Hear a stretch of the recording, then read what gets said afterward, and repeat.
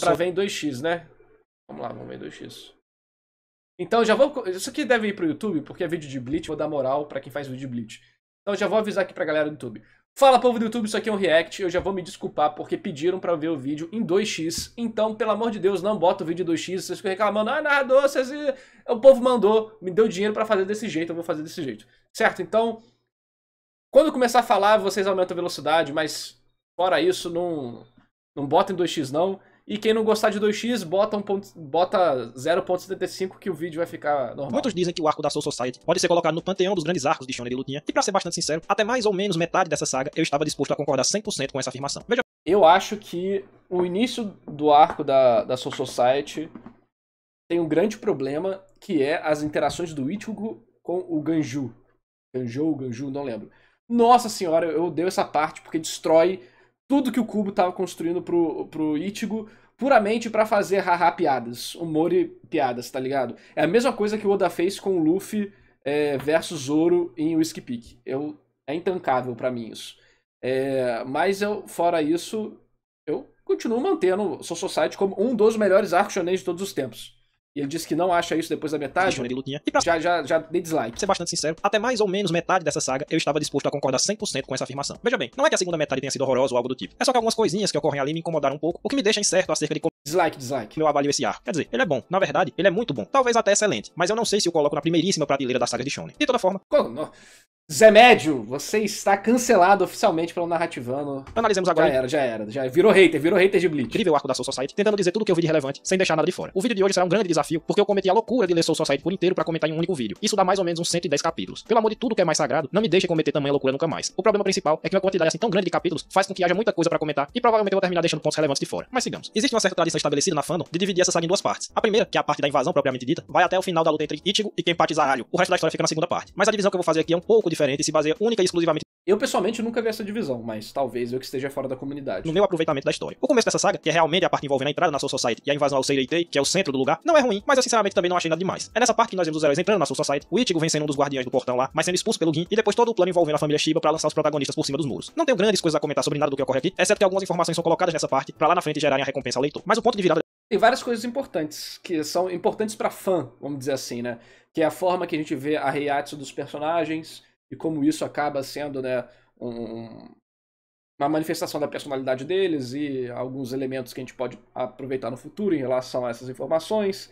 A gente tem alguns questionamentos sobre a família Shiba, né? O que caralhos eles estão fazendo ali. A gente também começa a juntar as peças sobre o fato do Ichigo ser muito parecido com Kain Shiba. Já começa a ter umas coisinhas, né? O Kitaki olhando pro Ichigo fala, nossa, você parece muito com ele. Então tem umas coisinhas aí. Mas são coisas para mais... Quem é mais fã, né? Que gosta de pegar as peças ali. Eu não levo isso em consideração muitas vezes quando tô falando de uma história também, porque é tipo o confete em cima do bolo, tá ligado? Dessa saga pra mim foi a luta entre Ichigo e o nosso grande amigo Abará. A luta em si é interessante e falarei das batalhas desse arco em momento posterior. Mas a questão é que a partir desse ponto, o Kubo começa a fazer várias engrenagens girarem ao mesmo tempo dentro da história, o que é pra mim o grande mérito do arco da Soul Society. Em primeiro lugar, o autor empregou a clássica técnica de separar os protagonistas, colocando cada um deles em um ponto e dando uma parte do foco da ação Clássico. a cada um. Em segundo lugar, você tem o valor dos próprios combates que vão ocorrendo à medida que a história vai avançando. Em terceiro lugar, o Kubo consegue gerar de maneira muito eficiente a expectativa no leitor acerca dos capitães da Soul Society, usando pra isso de algumas técnicas simples, mas que tem bastante eficácia. Cara, é bizarro como os capitães da Soul Society, eles se tornaram ícones. E os caras nunca, tipo, eles aparecem sem história nenhuma, permanecem sem história durante boa parte da história de Bleach, e mesmo assim são absurdamente amados, puramente pela forma que o Kubo administrou as informações dos personagens, nos momentos que eles apareciam e no design deles. E por fim, nós temos a conspiração política envolvendo aquele ambiente, o que além de colocar ainda mais um foco dramático dentro da obra, consegue manter a curiosidade do leitor acesa por envolver todo um mistério acerca do que está acontecendo ali. O assassinato do Capitão Aizen é um evento de enorme impacto que abala não só a sociedade ali daquele mundo fictício, mas gera o interesse do público em ver todo esse mistério desvendado. Então você tem de uma tacada só a apresentação de muitos personagens que parecem interessantes, lutas eficientes, Fora que a gente tem além dos personagens serem separados, a gente tem perspectivas de dentro da Soul Society.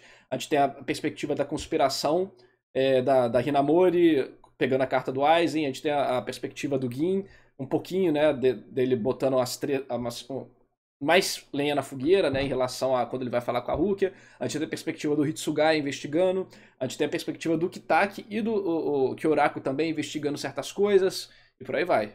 Vários focos de ação se desenrolam ao mesmo tempo e um mistério a ser resolvido. E o Kubo não se perde em relação a nada disso ao longo dos capítulos do arco. Essa capacidade de harmonizar tantas coisas ao mesmo tempo, sem jamais perder o controle do ritmo da narrativa e mantendo tudo interessante até o final, é a grande qualidade desse arco pra mim. E conforme eu disse antes, até aí eu estava concordando totalmente com a ideia de que essa saga estava na primeiríssima prateleira dentro do shonen. Só que aí nós chegamos ao ponto no qual eu comecei a me incomodar muito com um certo ponto dentro do arco, e como pretendo argumentar agora, de Bleach como um todo. Esse ponto é a luta entre Ichigo e o Zaralho. Antes de expressar meu incômodo, deixa eu elogiar mais um ponto essencial aqui. O modo como o Kubo introduz esse Capitão Shinigami é sensacional. Como eu disse, as técnicas que ajudam a construir uma certa imagem do personagem na mente do leitor são simples, mas bem eficazes. Eu diria que são duas no caso do Kenpachi. A primeira é gerar expectativa no público por meio de coisas que outros personagens dizem acerca dele. Ao longo desses capítulos, vários são os guerreiros que dizem muitas coisas impressionantes acerca do Capitão. Seja o Careca e Kako exaltando a sua força, sejam outros personagens mencionando que ele é conhecido por nunca cair, mesmo recebendo o golpe mais poderoso de espada. Todas essas informações... Lembrando também que o Ikako ficou em choque quando descobriu que quem treinou o Ichigo foi o Urahara. Ponto importante. Aliadas a outro elemento que direi daqui a pouco, ajudam a estabelecer o Capitão como um personagem imponente pro leitor. Já mostrava que o Urahara era a pica das galáxias, fodão, desde o início da história. O que por si só já nos deixa no aguardo pra ver do que ele é capaz. A segunda técnica é o próprio ranqueamento das patentes dos guerreiros da Soul Society. Ora, nós vimos que o Careca é um terceiro comandante dentro de uma das divisões de Shinigami. E vimos que ele é um guerreiro habilidoso. O Abará, por sua vez, é um vice-capitão, e seu poder é muito maior, fazendo uma boa luta contra o próprio Ichigo. Então, já deduz o público. Um capitão deve ser dotado de imenso poder, ainda maior que o do Abará, né? Capaz de feitos impressionantes. Quando sabemos que um ser tão poderoso está caçando pessoalmente o Ichigo, ficamos ao mesmo tempo apreensivos, porque talvez esse seja um inimigo que o herói ainda não pode derrotar, e ansiosos, porque queremos tirar a prova dos 9. Não apenas ver o poder de um capitão na prática, como ver o Ichigo o enfrentando. Então veja que nada disso é muito complexo. A simples organização das informações dentro da obra já nos é capaz de gerar expectativas altas. O Kubo, então, mistura o que é dito acerca do personagem e o que não é dito, mas que pode ser deduzido pelo público, para gerar uma imagem impactante em cima do guerreiro. O Toriyama é um grande mestre nessa arte também. O outro elemento que prometi mencionar, que eu disse que ia mencionar aqui também ajuda a criar a imagem, né, é a parte visual do mangá. Não preciso me demorar muito aqui, mas o Kubo dá um verdadeiro show nos elementos de narrativa visual de sua história. Sendo um grande mestre da quadrinização, apostando em ângulos cinematográficos para passar certas informações e tendo um amplo domínio no uso das achuras para os mais diversos fins. No primeiro vídeo que eu fiz de Bleach eu não sabia o nome dessa técnica de desenho, mas um inscrito aqui do canal me livrou das trevas da ignorância, então já deixo aqui meu agradecimento. Enfim, apostando em todos esses elementos, o Kubo é um autor capaz de criar uma atmosfera que deixa uma impressão muito forte nas páginas do seu mangá. E ele faz isso com maestria nessa parte da história, com o personagem do Zaraki. Além de todos os elementos de roteiro usados para subir nossas expectativas, também a parte visual do mangá reforça a imponência desse guerreiro. Ambas as coisas se somam e produzem um efeito muito poderoso, difícil de se ignorar. E foi aí que eu caí do cavalo. Veja, depois de elevar de uma maneira tão impressionante o personagem do Capitão dos Shinigamis, o Kubo finalmente nos mostra a luta dele contra o Ichigo. E a luta em si não é ruim sob nenhum aspecto, exceto o resultado. Sim, o resultado da luta me broxou de uma maneira indescritível. E isso por um motivo simples. O Ichigo não poderia ter vencido essa batalha a essa altura do campeonato, ou empatado como queira. Vou tentar explicar.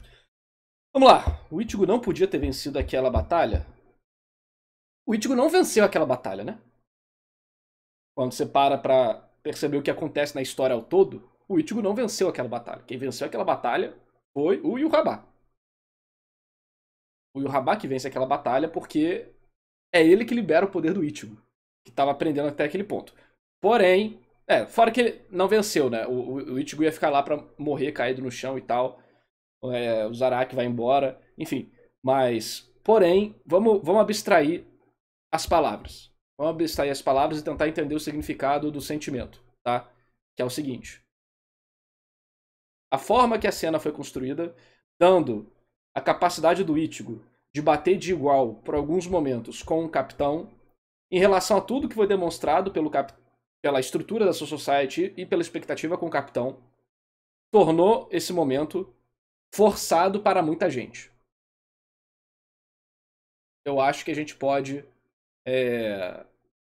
botar nessas palavras, porque eu não quero ser maldoso quando eu faço react. Tem muita gente que faz react e prefere só pegar no pé, né? Tipo, criar um espantalhozinho fácil ali e bater. Mas eu não acho que isso é legal. Então eu vou tentar ser o mais amplo possível na minha percepção, que eu não vou acertar 100% das vezes, sobre o que ele está querendo dizer. Que é que a forma que foi construída a expectativa e a entrega do momento dessa expectativa não agradou ele. Porque você tinha todo esse ban sobre o capitão, e aí você tem um momento onde temos elementos que talvez não tenham sido explicados direito, temos elementos que aparecem ali, abre espaço para você ficar, ué, mas era só isso? Beleza. O Zaraki fala, o tapa-olho limita minha habilidade, eu não conheço a minha Zanpakutou, tem todo esse drama durante a luta, do Ichigo pedindo ajuda para o Zangetsu e falando como que o Zaraki não manja da própria espada. Você tem depois o Bloodvine aparecendo, né, inclusive ali e tal, enfim, tem várias paradas que vai ser revelado só no futuro da história porque acontece. Eu acho que essa luta poderia ter sido melhor. Eu acho que o Kubo ali quis mais fazer um show do que levar em consideração uma parada muito séria sobre a história dele. Eu acho que aí foi um erro. Ele deu pano pra manga. Ele deu pano pra manga pra discutirem negativamente essa luta. E isso é um problema. Então, aí tem todo o processo, o Zaraki se limita na força do oponente pra aproveitar a luta, sei que e tal. Por mais que isso, igual que eu falo com a galera de One Piece, por mais que isso seja uma explicação dentro do mundo, e pode fazer sentido dentro do mundo, isso não significa que a execução desse elemento na história foi boa. E eu acho que essa parada do Zaraki, essas explicações, muitas explicações dessa luta vêm depois. E por mais que as dicas dela estejam desde o início da história em relação ao que o Ichigo é, na verdade, né? Tá desde o primeiro capítulo, ele absorvendo o Cero do Menos e tal. A, a forma que é entregue nesse momento, eu acho que deixou a desejar sim. A gente tem as justificativas ali, mas eu acho que essas justificativas poderiam ter sido melhor executadas. Explicar meu ponto de uma maneira didática. Eu sei que muitos internet afora reclamam que essa parte da história sofre do mal do protagonismo, ou seja, de uma forçação de barra por parte do autor para que o herói vença uma luta que ele não deveria vencer. Mas eu discordo dessa crítica. A mim, me parece que o motivo usado para explicar a vitória do Ichigo é perfeitamente legítimo. Ele recebeu ali um power-up advindo do enorme poder de sua Zanpakuto e assim foi capaz de infligir dano ao seu inimigo. Esse aumento do poder não veio de graça e nem foi tirado do nada. Desde o início da história, nós sabemos do enorme potencial adormecido do Ichigo e de sua arma. Além disso, para receber essa força, ele teve... Lembrando, né, também tá assim, quem gosta de olhar a história com mais atenção em relação à construção ou em power level, sabe que o Ichigo, com a espada mal despertada, eu nem lembro se estava em estado de Shikai quebrado, de Azaúde quebrado ou de Shikai. Ele quase arranca o braço do Urahara. O Urahara fala, eu tive que usar meu poder no máximo aqui para proteger. Se ele não fala isso, ele fala algo muito próximo disso. Ou seja, o Urahara, um capitão pica, que todo mundo tem medo, que aparece o Ikako cagado de medo do Urahara. Fala, caralho, foi o Urahara que te treinou. A gente sabe, a gente tem as informações que o Urahara é pica, e a gente sabe, caralho, o Ichigo deu um Getsuga Tensho ali, sem falar Getsuga Tensho, eu acho, nem lembro agora. Ele destrói a zona de treinamento, e o Urahara usa o escudo escarlate e fica todo ensanguentado. E fala, caralho, se eu não tivesse levado a sério, eu teria me fudido. Ou seja, capacidade do Ichigo de bater de frente com o capitão, a possibilidade disso existe. Só que aquilo que eu falei, eu não acho que existir a explicação é o suficiente. Eu gosto quando essa explicação é apresentada de forma não mais clara possível, mas, porra, que junte o pacote todo. E eu acho que essa luta faltou juntar alguns pacotinhos, entendeu? que superar um desafio com seu alter ego. Hollow? Acho que sim. E por fim, nos é dito que ele só não foi morto pelo Kenpachi porque a máscara Hollow absorveu uma boa parte do dano. Tudo isso eu estou dizendo pra explicar porque não concordo com a ideia de que existe aí um protagonismo. Eu acho que toda a justificativa pro resultado do combate é sólida o suficiente pra aceitarmos essa solução. Além disso, ela tem estrita ligação com os temas de Bleach, lançando uma contraposição entre o Ichigo, que venceu por ter uma relação de amizade com o espírito de sua espada, ao passo que o Kenpachi perdeu por não ter essa relação, por tratar sua Zanpakuto como um mero instrumento. Então essa justificativa é boa e eu não vejo nenhuma forçação de barra aqui. Mas esse não é o problema que eu tenho com essa parte. O problema é que a essa altura do campeonato, o Ichigo não deveria ser capaz ainda de derrotar um capitão. Pior, um dos capitães mais poderosos da história. A questão aqui é do aquele negócio, ele é um dos mais poderosos, mas por ele ser o mais poderoso, ele fica se prendendo. Esse é Cara, eu odeio esse tipo de coisa, porque é um problema que o autor se bota que ele não precisava se colocar. o momento correto de certos eventos ocorrerem. Repito, os motivos, os porquês pra ele ter empatado ou vencido estão bem consolidados no roteiro da série, pra não serem considerados forçados. Mas quando nós estamos falando de narrativa, tudo importa, tudo conta. Não é suficiente que o evento que ocorre esteja bem justificado. Ele tem que ocorrer no momento correto também, pensando em uma perspectiva mais ampla de enredo. A vitória do Ichigo nessa parte é problemática pra mim, considerando o passado e o futuro. Explico. Em relação ao passado, o problema é que foi dado um salto muito grande no power scaling da série. 10 capítulos atrás, ele estava fazendo uma luta equilibrada com o vice-capitão, e 30 capítulos atrás ele não era capaz de enxergar os golpes do vice-capitão. Que ele tenha treinado, ficado bem mais forte a ponto de vencer o Abará, eu até aceito. Agora, 10 capítulos depois ele já tá batendo de frente com um dos Shinigamis mais poderosos que existem. Percebe o salto que ele não tá batendo de frente com um dos Shinigamis mais poderosos que existem. Ele tá batendo de frente com o Zaraki que decidiu lutar contra ele, né? Se fosse o Zaraki que tivesse lutando contra o Byakuya, ia ser completamente diferente. Só que aquele era o Zaraki que era o espelho do Ichigo naquele momento. Só que eu não acho que isso foi devidamente apresentado na obra de uma forma de tipo, caralho. Mano, cara, esses problemas poderiam ter acabado de forma muito simples. Que é tipo, era só o Zaraki chegar e falar, kkk, adoro lutar. Você não parece tão forte assim. Então, vou ficar no teu nível. Pronto. Pronto. Talvez tenha algo do tipo falado, mas caralho, podia criar a estética suficiente ali Não é que não precisa ser assim, Sindrolius. É a função do mangaka fazer direito. Mas o que eu tô falando é o seguinte, tinha que ter criado a estética do momento pra fazer com que a luta fosse uma vitória, mas não fosse essa sensação que ele tá tendo, que muita gente tem, de caralho, ele não deveria ter derrotado um capitão aqui. É um salto muito grande isso acontecer. Entendeu? gigantesco de uma coisa pra outra em curtíssimo período de tempo. Nesses casos, o mais recomendável é que o autor faça o herói ser derrotado aqui, justamente pra pontuar que ele ainda tem um longo caminho a percorrer. Sim, ele ficou mais forte, mas há muitos e muitos outros guerreiros mais poderosos. A hora de vencer o Kenpachi era perto do final da saga. Aí sim, gera uma plena sensação de recompensa no leitor. Primeiro você mostra o tamanho da dificuldade. O Kenpachi é bem mais forte que o Ichigo. Depois você aborda uma série Essa é uma forma clássica mesmo. de obstáculos que o herói vai passando ao longo do arco pra ficar mais poderoso. Só que aquele ponto, é porque... Por que não pode ser o Zaraki no final, pro Ichigo lutar? Porque o drama dele não é com o Zaraki, o drama dele é um drama moral em relação a Rukia e como o Byakuya trata isso, né? Eu acho que do jeito que foi feito foi a melhor opção. Nunca saberemos, Sindrolis, porque o que existe é aquilo. É muito fácil também eu ou qualquer um criar uma versão ideal da parada. A gente não tá na Shonen Jump, a gente tá em casa, na cadeira gamer, tranquilinho, tomando Nescau. Porra, aí é realmente muito fácil. Outra coisa é fazer lá semanalmente a parada com um editor dando chicotada no seu lombo. Aí é outro bagulho. Então assim, o que existe, existe. E eu não acho... Vamos lá. Tem muita gente que fica reclamando disso, pegando no pé exageradamente. Eu acho que é algo que poderia ser melhor, sim. Mas eu não acho que tem gente que fica no Twitter o dia inteiro em relação a isso, entendeu? Ninguém vai conseguir criar a versão ideal. É a parada do Mayuri, né? Nem existe a versão ideal. O fato é que ninguém consegue pensar em como mostrar esse ponto do Zaraki se auto-nerfar sem entregar a lore de uma vez. Tem essa parada também da lore mais profunda do Zaraki, mas eu não acho que ela foi apresentada de uma forma tão bacana assim. Eu acho que era um elemento que podia ter sido trabalhado de uma forma melhor, né? Narras, editor. Eu sou editor malvadão, cara. Eu dou chicotada nos autores que eu trabalho junto. Poderoso. Aí sim, ao final, vem a recompensa por todo esse esforço do protagonista, com ele derrotando aquele indivíduo que antes o venceu, mostrando assim a sua merecida evolução. Do jeito que foi feito, dá a sensação de ser forçado. Veja que eu não acho forçado do ponto de vista das explicações do resultado da luta, como eu já disse. Mas arrisco dizer que essa sensação... Acho que foi o meu zap, peraí. Foi meu zap, vazou o zap. Vazou o zap, pronto. Desvazei o zap. Sensação que muita gente tem de que é protagonismo, vem disso que eu tô falando. O salto que o Ichigo deu foi grande demais em um tempo muito curto, e também incomodou a mim. Então tudo isso é relativo ao passado, ou seja, do que a gente conhecia do Ichigo e da força dos caras, né, dos outros personagens, o salto foi muito grande. Por outro lado, esse erro também pode prejudicar o futuro da obra, isso pelo seguinte: se o herói já venceu agora no Capitão, o autor fica em um dilema. O que fazer em seguida? O Araki, autor de Jojo, escreveu em seu livro que arcos de torneio podem ser uma armadilha pro autor justamente por conta desse problema. Ora, diz ele, se o herói já venceu um torneio com os guerreiros mais poderosos do mundo, como fazê-lo continuar evoluindo? Como apresentar um desafio à sua altura que o fará se esforçar novamente pra ficar ainda mais... É aquele negócio, né? Igual a gente faz com um personagem overpower, tipo o Saitama ou o Mob. Você apresenta problemas que a força não resolve, né? Mas aí... Isso traz todos uma outra série de questionamentos que a gente tem que fazer sobre a obra. E é o que eu sempre falei, cara. Os Shinigamis em Bleach eram um bando de vagabundo, né? Antes do Ichigo aparecer, era todo mundo mó paz. Ninguém trabalhava, os caras não treinavam, não fazia nada.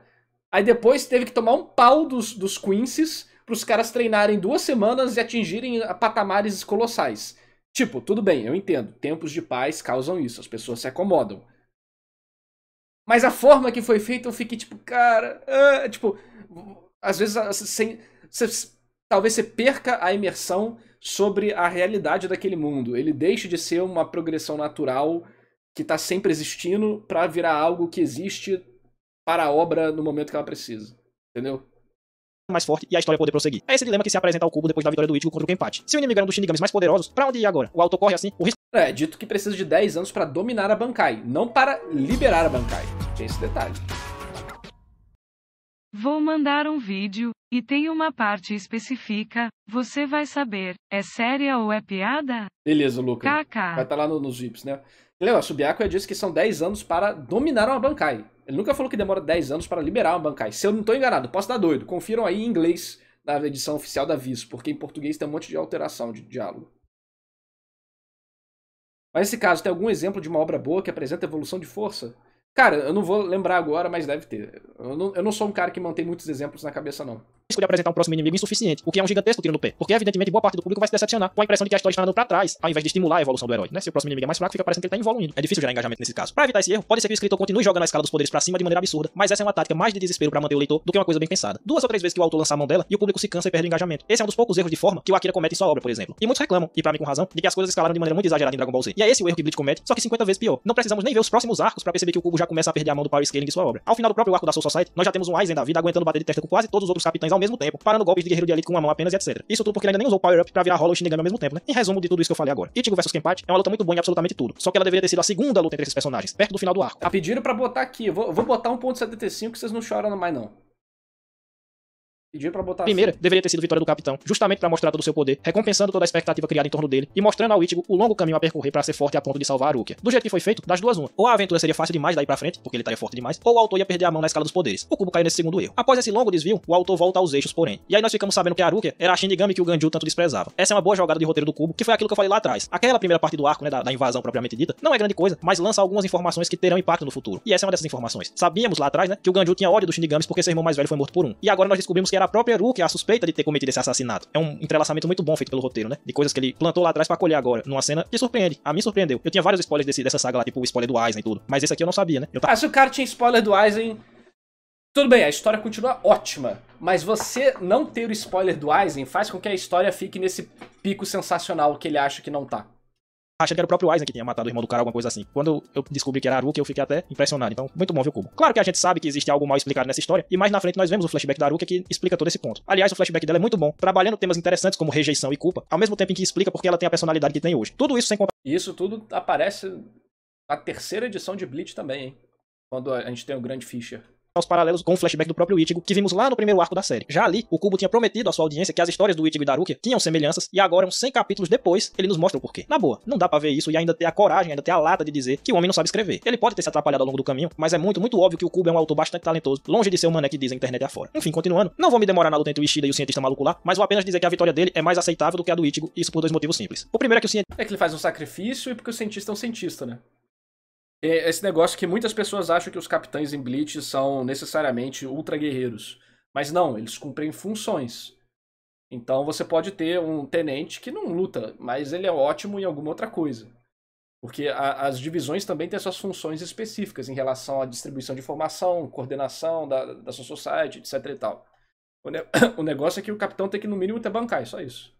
É um dos capitães mais fracos que tem, e não um dos mais fortes, como era o caso do Kenpachi. Ou seja, a distância dele pro Ishida era menor. E em segundo lugar, porque o Ishida só vence depois de pagar um altíssimo preço. Ele sacrifica completamente seus poderes de Quincy. Eu sei que ele vai retomá-los, porque Shonen de luta adora esse tipo de cachorrada, né? De colocar consequência séria, só pra depois voltar atrás. Isso é bizarro mesmo. É um problema que tem... Você, tipo, é um momento muito bacana do Ishida ali, mas ao mesmo tempo, cara, é um preço muito alto que ou o autor tem que ter bolas pra tirar o personagem da história daquela forma, ou o ideal já era plantar como ele poderia recuperar aquilo de alguma forma. Porque o treino do Ishida é completamente foda-se depois. Ele fica pulando nos pilar lá com o pai dele atirando nele. Mas o fato é que, por hora, o sacrifício dele foi enorme. Não foi como no caso do Ichigo, que apenas teve que dominar um pouco melhor seus poderes pra vencer. Não, aqui a vitória veio, mas a um altíssimo custo. Muito mais de acordo com o que se espera de uma luta contra um capitão Shinigami. Outra coisa que eu queria notar é que eu acho que o Kubo perdeu um pouco a mão ao nos colocar as técnicas pra que a gente antipatizasse com esse antagonista, né? Ele lançou técnicas pra que a gente ficasse puto e começasse a torcer pro Ishida vencer ele. Mas eu acho que ele passou um pouco da mão. Não, nesse ponto da história, cara, não sei quem lembra, mas pega esse capítulo pra ler. A forma que o Kubo trata o Mayuri, caralho, é completamente psicopata. Ele pega a cara da Nemo, joga no chão, chuta a cara da Nemo, cospe na Nemo, dá um tiro na Nemo. É muito exagerado, cara, é muito exagerado. Que eu senti um pouco forçado.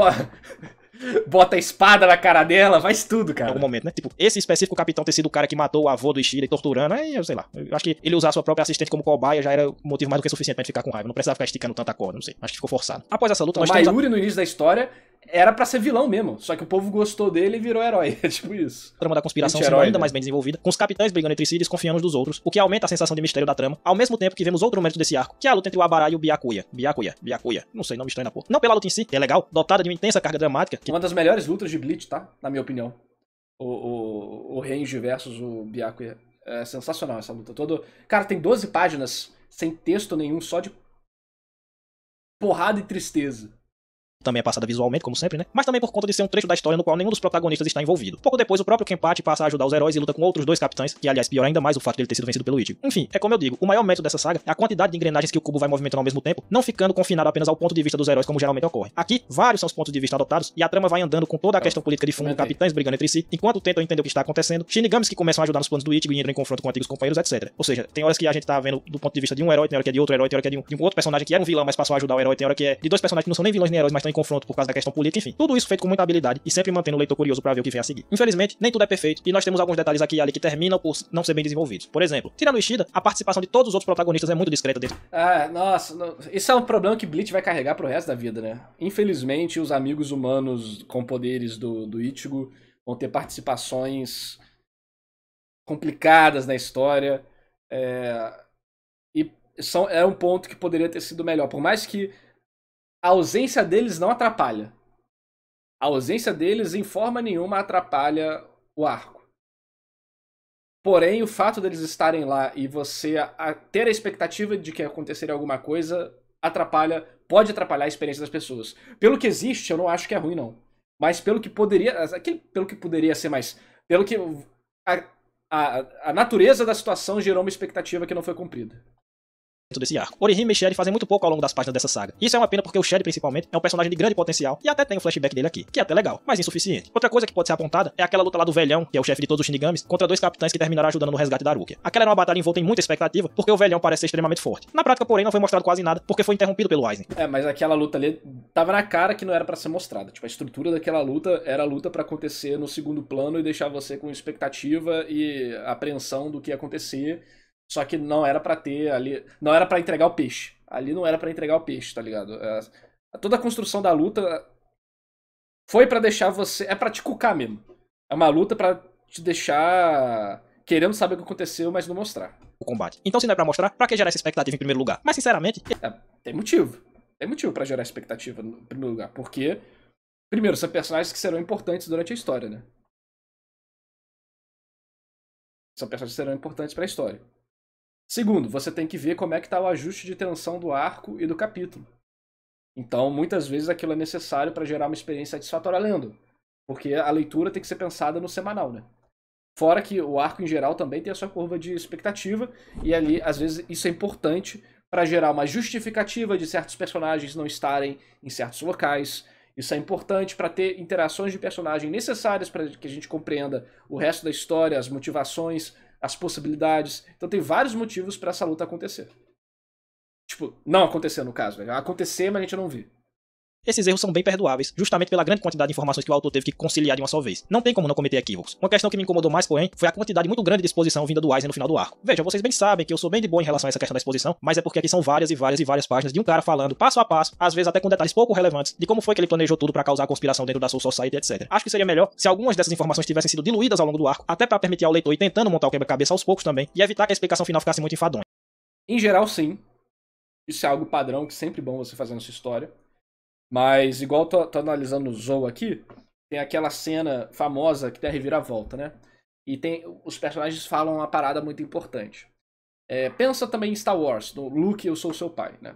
Existe uma parada chamada exposição como munição, que é quando um personagem sabe de algo que vai afetar drasticamente a história ou o protagonista, emocionalmente, e ele fala ou não, e esse ato de falar ou não falar é uma forma de você gerar um envolvimento com o leitor e criar um ritmo e um avanço na história. Então a cena do Luke, eu sou seu pai, é famosa por causa disso. Além de estar em um momento de alta tensão, a gente tem uma revelação bombástica. E aí, o nome disso é exposição como munição, tá no livro do diálogo do Robert McKee. É Robert McKee? Eu não lembro o nome dele. Acho que é. É do mesmo do Story. Ô Rick, brigadão, cara. Tamo junto, valeu pela sua doação. Sua doação não, pela sua inscrição. Então, é um ponto que, por a exposição, eu concordo, podia ter sido meio que melhor diluída. Só que, ao mesmo tempo, são elementos que, em geral, o leitor vai querer saber. E são elementos que, em geral, vão criar um baita impacto no personagem. Dá pra ser melhor? Claro, tudo dá pra ser melhor. É um argumento até bobo falar, podia ser melhor. Mas concordo que podia ser diluído, mas eu não acho que o Aizen massagear o próprio ego dele ali falando isso seja algo necessariamente ruim. Ganhou uma fama muito ruim vilões fazerem isso, porque virou uma forma fraca e fácil de dar exposição pro leitor. Mas não quer dizer que seja ruim em si isso acontecer. A forma que é feito que vai, né, fazer isso com a gente. Fora que, né, mais pra frente na história, o Kubo tira uma carta da manga, que é que o Aizen fala, ué, por que você acha que eu tô mentindo agora? Que garante pra você que eu não menti no passado? E aí você fica tipo, caralho! Então tem várias coisas legais que podem nascer dessa exposição do final. Do jeito que foi feito, além de ser bem chato, ainda fica a impressão de que o Aizen é o maior gênio supremo da história do mundo, capaz de prever tudo e saber tudo e planejar tudo de acordo, estando sempre um passo à frente. Tipo, ele parece, não é que nem questão de ser inteligente, ele parece adivinhar tudo, né? Se o Cubo só reorganizasse a exposição desses elementos, ele nem precisava mudar os eventos em si, e já teria evitado essa coisa de parecer que o Aizen é onisciente. Por exemplo, o ponto do Aizen é ele parecer onisciente, né? O Cubo já falou, ele trata o Aizen como um vilão força da natureza. O Aizen ele não vai ter... O Cubo não vai falar do passado, pelo menos é o que ele falou. Ele falou que o Zaraki não ia ter Bankai, também teve. Mas ele falou que ele não vai falar do passado do Aizen, que ele não quer saber do passado do Aizen, e o Aizen é pra ser aquela incógnita no meio da história. Tem coisas que não tem explicação, você não sabe de onde veio, pra onde foi.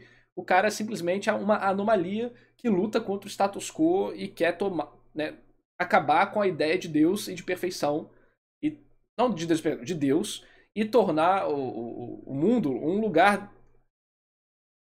sem a tirania dessa hierarquia, né? Então, o Aizen é pra ser um contraponto ao Deus da Soul Society, de certa forma, né? Por exemplo, o fato de que Haruki tinha dentro de si o Hogyoku já poderia ter sido dito antes em outro contexto. Aí talvez o leitor já até desconfiasse de que a conspiração poderia ter a ver com alguém querendo pegar esse Hogyoku. Que tinha uma conspiração com a Haruki, eu acho que dá pra ver desde o início da história. Eles falam que aceleram a sentença, que aquilo não era pra ser sentença de morte, e foi, e tal, e os velhos tão esquisitos. Mas a Hogyoku é um problema até hoje. Porque, beleza, foi o Urahara que botou lá. Só que muita gente acha que o Urahara botou a Hogyoku quando ele tava na Terra, né? Quando a Rukia tava na Terra. Mas não, a Hogyoku não tava no Jigai. A Hogyoku tava na alma da Rukia. E ele simplesmente um dia botou aquilo lá, não falou pra ninguém, nem pra Rukia, e foda-se. Isso é um dos maiores mistérios ou problemas de Bleach. Quer dizer, vai ser um problema se for mal explicado, vai ser um mistério se for bem explicado. Alguma coisa assim, então já dava um engajamento um pouco maior. E não precisava ter sido explicado, né? Se tivesse sido colocado antes, não precisava ter sido explicado pelo Aizen mediante a fala. Eu tô dando só um exemplo, mas vários elementos que fizeram parte daquele verdadeiro monólogo dele poderiam ter sido expostos ao longo do arco, de maneira que não precisasse o Aizen ter ficado páginas e mais páginas e mais páginas falando qual era o plano. E isso também, como eu disse, diminuiria muito a sensação de que, pô, então o cara é o gênio supremo que sabe de tudo e adivinha tudo que vai. O mais próximo que temos de explicação disso, na real, é alguém falando que o Aizen simplesmente é muito acima da média em todos os estilos de combate Shinigami. Ele é forte por ser... Sim, isso já falou, né? O Aizen é anomalia. O Kubo também falou que é pra ser uma anomalia. Narras reage ao Coringa é o vilão mais lúcido do Ludoviajante. Beleza, Black, vamos assistir. Vai acontecer, como é que as pessoas vão fazer tudo e tá sempre planejando um passo à frente. Mesmo que os eventos em si não tivessem mudado, se eles tivessem sido expostos aos poucos, de maneira homeopática, até essa sensação de que o Aizen é o super gênio teria ficado bem mais fraca, né? E esse aí foi o único defeito que eu vi em toda essa questão da trama política. O resto, pra mim, maravilhoso. Inclusive, quando parecia que a Peteca ia cair, aquela cena dos conselheiros todos mortos, né? Que o Shinigami descobriu a sala que os conselheiros estavam todos mortos, é impactante demais, muito bom. Pra encerrar, eu só gostaria de fazer algumas observações interessantes aqui. Lendo esse arco, eu percebi perfeitamente em que tradição Bleach se encaixa dentro do Shonen. Essa obra basicamente é filha de Cavaleiros do Zodíaco e mãe de Demon Slayer. Eu já tinha visto a Gotoge dizer... Ele está certíssimo. É tipo top 10 revelações da internet, tá ligado? É filho de Cavaleiro do Zodíaco, pai de Demon Slayer. O Bleach pegou a estrutura dos Cavaleiros, dos 12 Cavaleiros de Ouro, transformou em algo mais... não icônico, mas algo... Refinou a estrutura em questão de como eles portam, como eles se apresentam, como eles participam da história, como a sociedade se comporta em volta deles. E aí veio Kimetsu copiou, aí veio Black Clover copiou, aí veio todo mundo copiou. Tudo que tem campeão hoje em dia, capitão hoje em dia é derivado de Bleach. Dizer que Bleach era uma de suas grandes inspirações, mas não tinha visto exatamente onde. Agora eu vejo. Até a coisa de colocar flashback de um monte de personagem no meio da ação existe. Assim, a gente não fala de Jujutsu Kaisen porque o autor de Jujutsu Kaisen já falou, é Bleach 2. Existe aqui em Bleach de uma forma muito parecida com Kimetsu no Yaiba. Também há personagens físicos, etc. A própria estrutura e vestimento do Shinigami lembra a estrutura dos caçadores de demônio. Enfim, ao mesmo tempo, Bleach fez aqui a sua saga das 12 casas. Uma enorme sequência de batalhas em um arco de resgate, com guerreiros de classe baixa batendo de frente com a elite do militarismo daquele mundo, e o vilão final sendo um conspirador de dentro da própria organização. Só faço notar que o arco da Soul Society é muito mais elaborado e melhor que qualquer coisa já escrita em Cavaleiros do Zodíaco ou em Kimetsu. Quanto às lutas, como eu já disse, elas são muito boas, mas o roteiro delas em si é bastante simples. Todas as reviravoltas se resumem em o personagem arrumar uma maneira de aumentar sua força no meio do combate e assim superar seu inimigo. Eu sei que parece, todo shonen é... Não em todas. Primeiro, o Renji não ganha do Byakuya, já começa por aí. Segundo, o Ichigo ganha do Renji por estratégia. Ele percebe o padrão dos golpes do Renji. Se não fosse aquilo, ele não ganharia. Inclusive, é uma coisa que o próprio Urahara diz pra ele, né?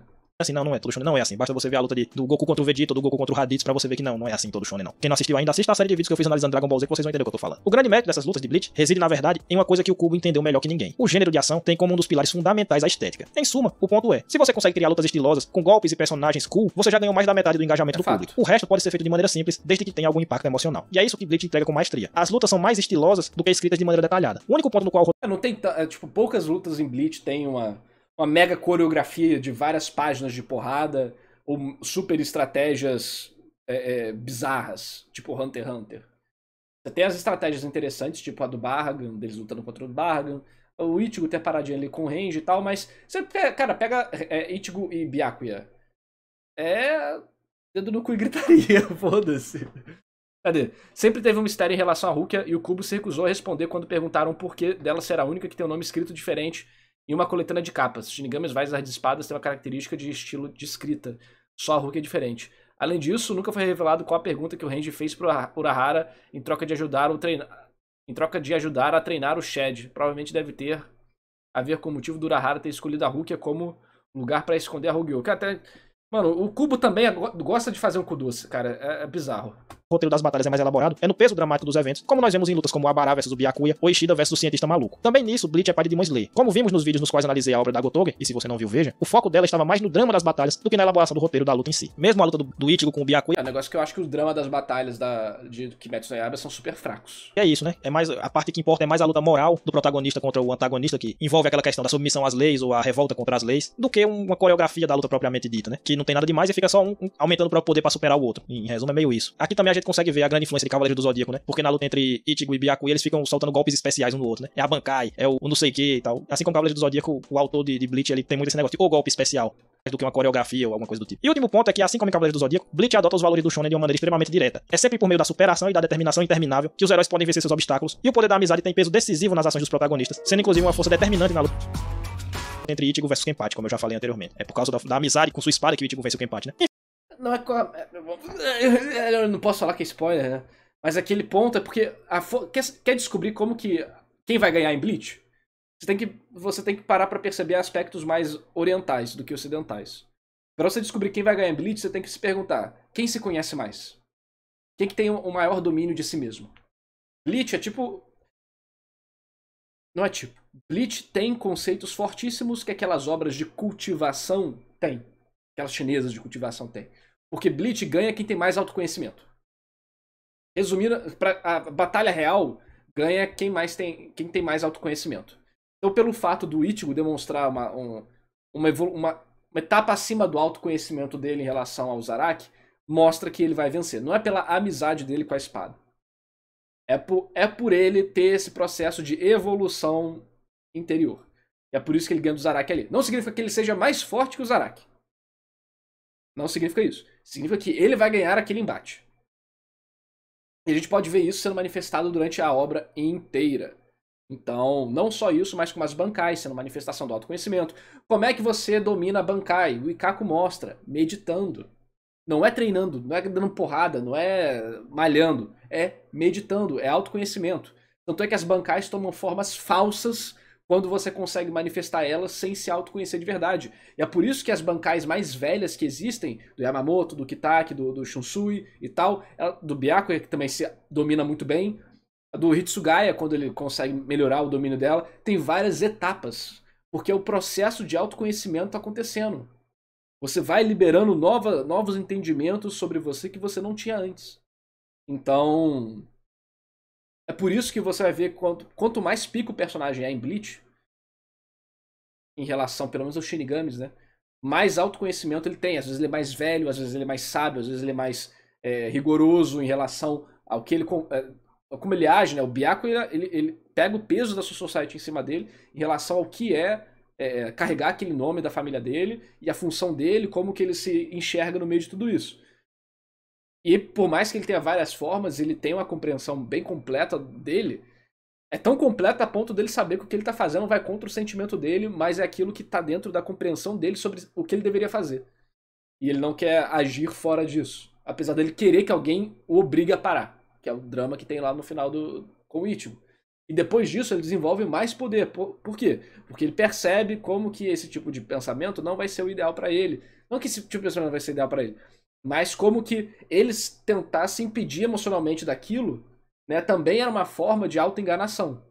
Enfim, meus amigos, muito mais poderia e deveria ser dito acerca desse arco, mas o vídeo já tá ficando muito grande. Como eu disse, nunca mais cometa essa loucura de querer cobrir 100 capítulos de uma obra em um vídeo só. Mas acho que consegui fazer um apanhado bem completo do arco da Soul Society, apesar de ter deixado algumas coisas que eu queria muito ter comentado de fora. O resumo é, essa saga é extraordinária em quase tudo que se propõe a fazer. Tem seus erros sem dúvida nenhuma, mas a maioria deles é absolutamente compensada pelos muitos méritos da história aqui escrita. Quando um autor tenta fazer um arco tão ambicioso, apresentando vários personagens, desenvolvendo a maioria deles, trazendo lutas com peso dramático, uma trama de conspiração política de fundo, juntamente com boas cargas de mistério em seu enredo, e ainda conseguindo um milagre de dosar todas essas informações dentro de um ritmo narrativo muito correto, sem correr ou arrastar demais, é até desumano você pesar muito a mão nos erros de percurso que são cometidos. Não dá pra fazer uma coisa assim tão grandiosa e não deslizar aqui e ali, ainda mais publicando semanalmente. Mas o que realmente importa é que a quantidade e o peso dos acertos é muito, muito maior que o dos erros, fazendo de Soul Society um excepcional arco, digno sim do debate acerca de se pertence ou não à primeiríssima prateleira dentro do shonen.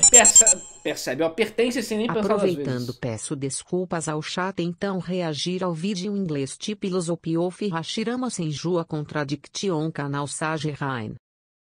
MF, pode deixar que a gente vai assistir.